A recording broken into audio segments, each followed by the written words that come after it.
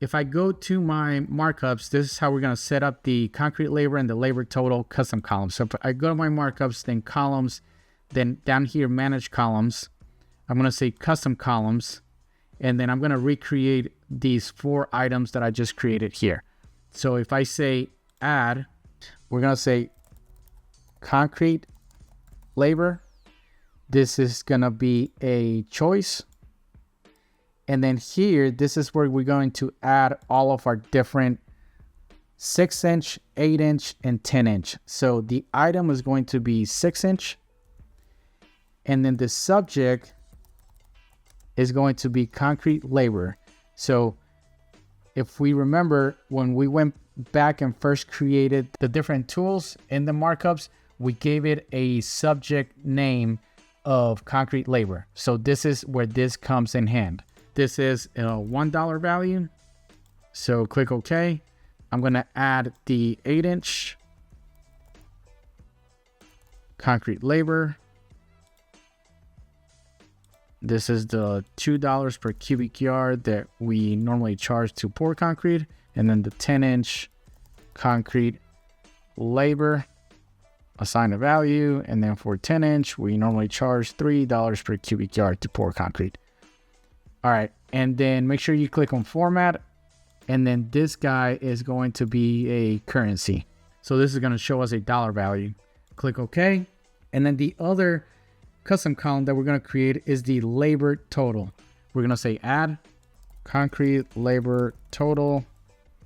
This is going to be a formula.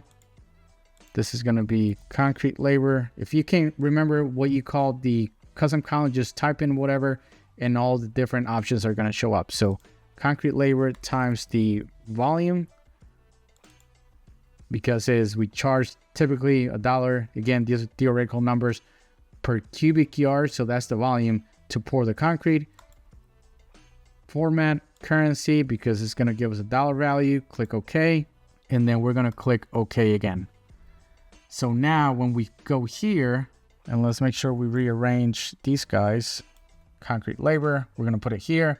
Again, like I said earlier, this is going to be for a 6-inch slab. It's going to be, we typically charge $1, so it's going to give us a total of $1.03 to pour that slab. And then up here, this is the total. All right, so that's how you can add different depths to your tool chest and then automatically get the total of your labor, of your materials, or you can use this example and kind of create your own as you're doing your takeoffs. And then the next example that I want to show you guys is if we go here to these doors, let's say I want to do a takeoff of these doors. So we have double doors and then we have single doors, and then I want to create my own count. What I can do here is come up to my count. This is going to be doors. Then this is going to be single door. And then I want to use this circle. All right, so if this is a single, I'm going to drop it here. I'm going to select my tool chest. I'm going to right click on the takeoff on the markup.